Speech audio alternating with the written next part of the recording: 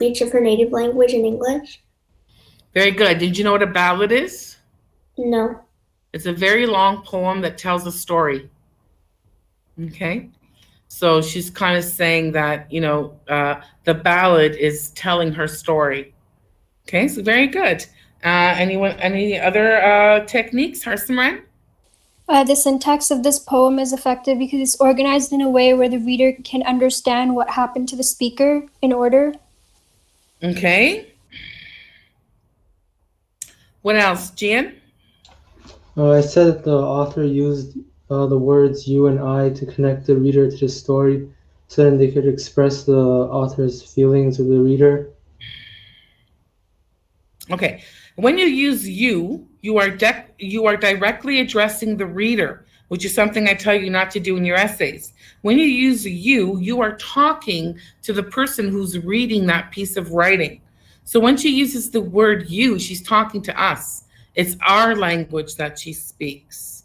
Okay? So when she directly addresses us, she involves us in the poem. She personalizes it for us. Okay? But didn't anybody notice how short her sentences are? I speak like you. I think like you. I create like you. The sentences are very short, very direct. Okay? When you use very short sentences like that, they're more punchy. It creates more of an impact.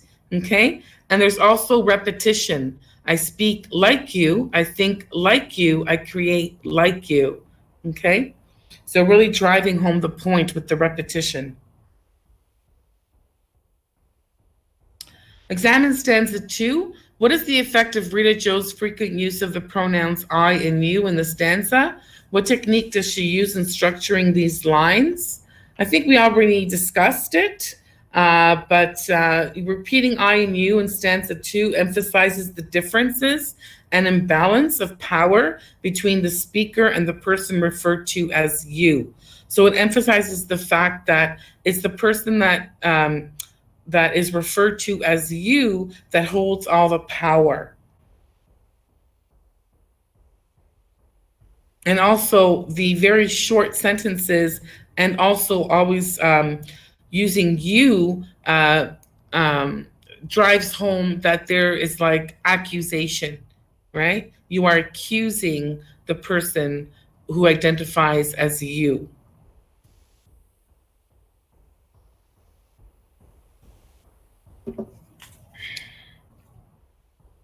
Okay, any questions about that poem? Okay. Let me just turn to today's poem. Turn to page 67.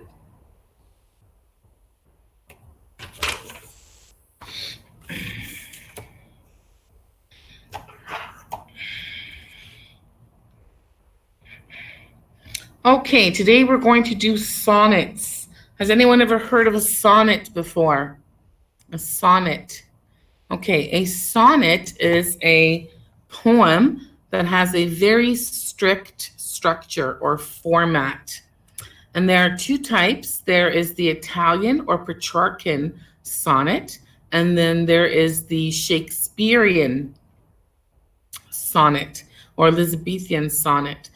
Shakespeare wrote many, many sonnets. I think it was like 37 or something, if I'm not mistaken. No, I think it was more than that. I think he wrote 37 plays, but I think he even wrote more sonnets. And his plays are written in the form of sonnets. That's why when you're reading one of his plays, you're like, oh, this is poetry. That poetry is sonnets. It has a very specific format. So for example, it is 14 lines. It has a specific rhyme scheme. It has 3 quatrains and 1 rhyming couplet. Every line has exactly 10 syllables, okay? So we're gonna read the sonnet and try to figure out what the theme of the sonnet is. Page 67, Sonnet 55. His sonnets are numbered. And this one is by William Shakespeare. Not marble nor the gilded monuments of princes shall outlive this powerful rhyme. But you shall shine more bright in these contents than unswept stone besmeared with sluttish time. When wasteful war shall statues overturn, and broils root out the work of masonry, nor Mars his sword, nor war's quick fire shall burn the living record of your memory. 'Gainst death and all oblivious enmity shall you pace forth, your praise shall still find room, even to the eyes of all posterity that wear this world out to the ending doom. So, till the judgment that yourself arise, you live in this and dwell in lovers' eyes. Okay, right now what you're going to do is you're going to translate the poem to modern English. Okay? To get you on your way, let me ask you this. Why do people build monuments? Raise your hand. Why do people build monuments? Alan? To honor someone or something. Very good. And what are monuments made of? What are they made of? Maya Career, what are monuments made of? Like stone. Yeah, stone, right? And why are they made of stone? Sudharsan? So it can be like not destroyed and like stay long. Excellent, so that they can last forever. Okay? All right, so with that in mind, you're going to take each quatrain. A quatrain is 4 lines. There are 3 quatrains. So do it with each quatrain. Take each quatrain, that's each 4 lines, and translate it to modern English. Then you have to translate the last 2 lines, which are called the rhyming couplet. And the rhyming couplet, which is the last 2 lines, is where you find the theme. Okay? So each quatrain, translate it to modern English and try to figure out what the poem is saying. Okay? And then we'll take it up.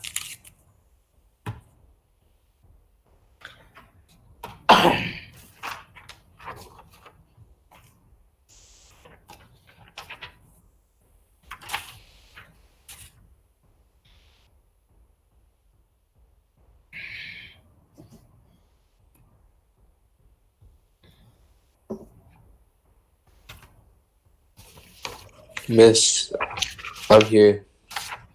Oh, Samir, you have to let me know when you come. Yeah, I came at like 106 while you were talking. So Okay.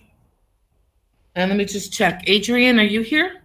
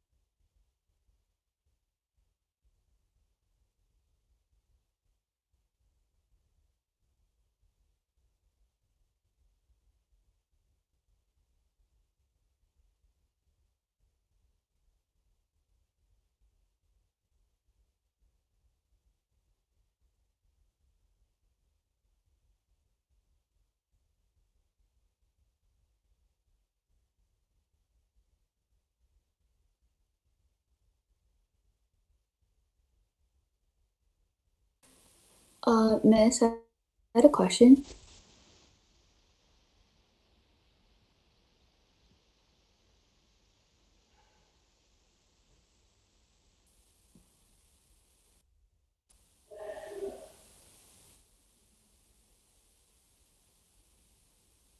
Sure, I was just doing attendance. What's up? When we're translating it, do you want us to translate it word by word or just try to grab the general No, not word idea for of word, just the format? general idea. What is the quatrain saying? What is he saying? Okay. Not word for word. No, no. It wouldn't even make sense if you did it word for word. Okay? Okay.